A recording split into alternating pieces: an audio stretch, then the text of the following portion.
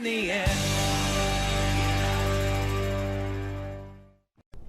After having referenced this game in my Family Guy game review, I was always hoping to give this game a play.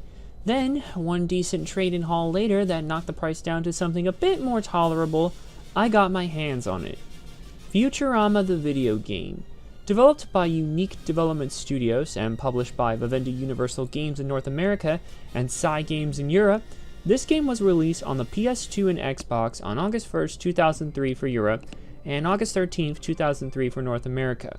A GameCube port was planned, but ended up being cancelled for reasons that will become obvious later on. If you live in North America, be advised, this game is not, and I repeat, not cheap. I remember going back on GameStop's website in the late 2000s and seeing this and Marvel vs. Capcom 2 on the PS2 priced at $40 each. You'd be lucky to get them complete. Nowadays, CIB copies go for over triple-digit price, likely because of poor sales and the show's strong following. Even if you didn't pay a ridiculous amount of money to get this though, at any price, the game still feels eh. This game plays out like a lost episode of the show. It was in development in early 2003 and was not released until after the show's initial run on Fox ended. The story involves the Planet Express crew being forced to get back the company after Professor Farnsworth sells the company to Mom. He does this because of mismanagement, or so he says. I had to! We've been losing money. Perhaps my strategy of using a giant spaceship to deliver one package at a time wasn't as clever as I thought. Plus, you three never actually charged anyone. Yeah, sorry about that. Sorry. This deal gives Mom ownership of more than half of Earth. Thus, she enslaves humanity because evil. It's up to Fry, Leela, and Bender to save the day. The cutscenes feel like you could hand animate them, and they would fit right into the show. In fact, this game has 28 minutes of new animation, little more than enough to make a new episode. The presentation feels on point, and fans will be right at home. Newcomers will get an idea of what to expect if you never saw much of Futurama. Things are going good so far, until you actually play the game. The gameplay is split across 3 Planet Express crew, Fry, Leela, and Bender. At its core, the game is a 3D action platformer. You'll do the standard platforming goals, going from point A to B, finding collectibles, in this game's case they are nibblers, and generally jump from platform to platform where necessary to get to your goal. Each of the characters plays a little differently from each other. Fry uses guns as his main weapons, and the shooting works well with a lock-on. He's the best character to play as. Bender uses melee moves that involve him spinning like Crash Bandicoot amongst other robot attacks. Leela uses her fists to fight, and well, she's the worst character to play as in this game. Her attacks feel weak compared to her co-workers, and she can't even roll dodge or block or anything defensive. More often than not, you can't attack as Leela without getting hit, and the game can be really stingy with health pickups in some parts. You'll probably end up suffering with her the most.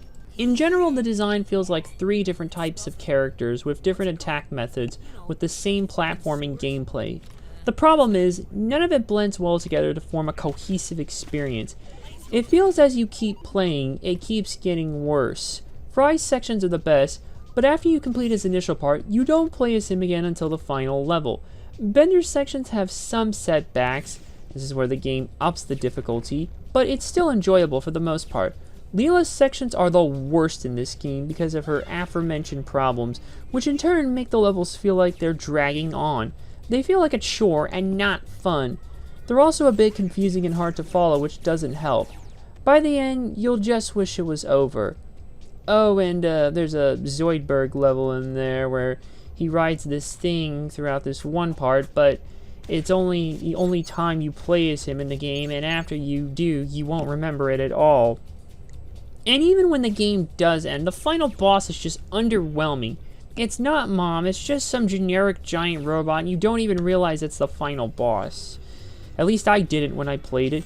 Thus, once you finish it, you'll walk out of the game feeling disappointed and frustrating, and that last boss is followed up by another awful kick-in-the-gut ending. I won't spoil it here, but anyone who has played it, you know. at least the controls work fine, and you do have a good grasp of the characters. Sand, Leela, ability to do anything defensive. A couple non-platforming sections, such as the aforementioned Zoidberg part, do break up the repetitiveness for a bit, but even if it is forgettable, it does work fine as well. In spite of the gameplay fluctuating like a roller coaster, the presentation is pretty consistent. For starters, the graphics take the well-tested approach of cel shading, the usual strongest option when it comes to cartoon-based games, of course. This approach has helped bring Futurama onto the PS2 and Xbox with familiarity and good looking for the time. The characters look as they should, and with enough work, the non-familiar areas could be properly hand-animated again and also fit well into the show's universe, at least in the actual show. The cutscenes, while not using cel shading, do also look well given the time period, and, well, like I said, they form a new episode.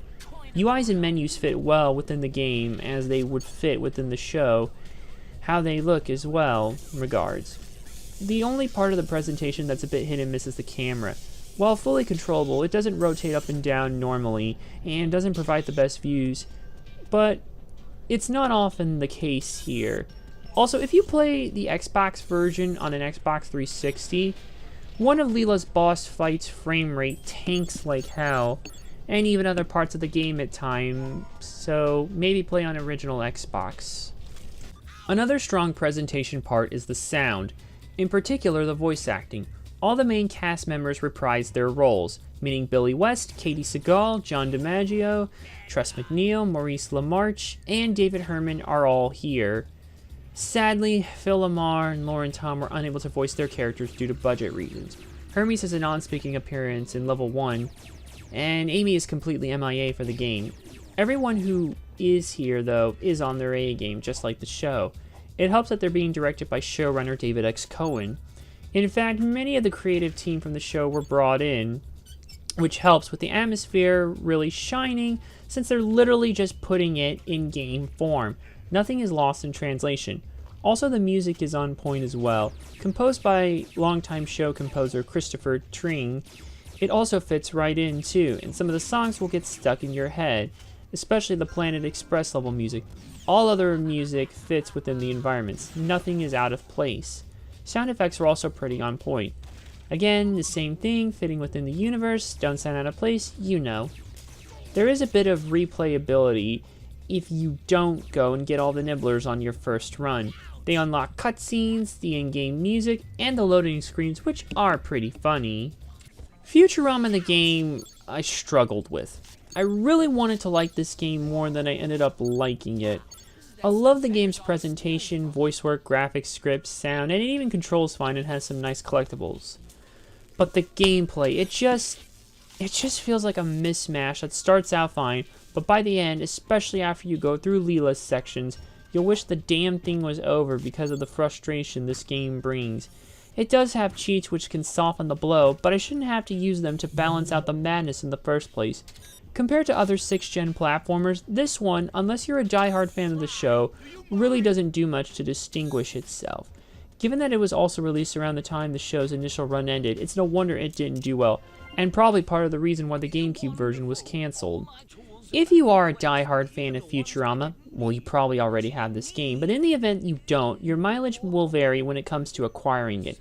If you live in Europe, a PAL CIB copy for either console can go from around $20 to $30, which isn't too bad. But if you live in North America, be prepared to spend upwards of $100+.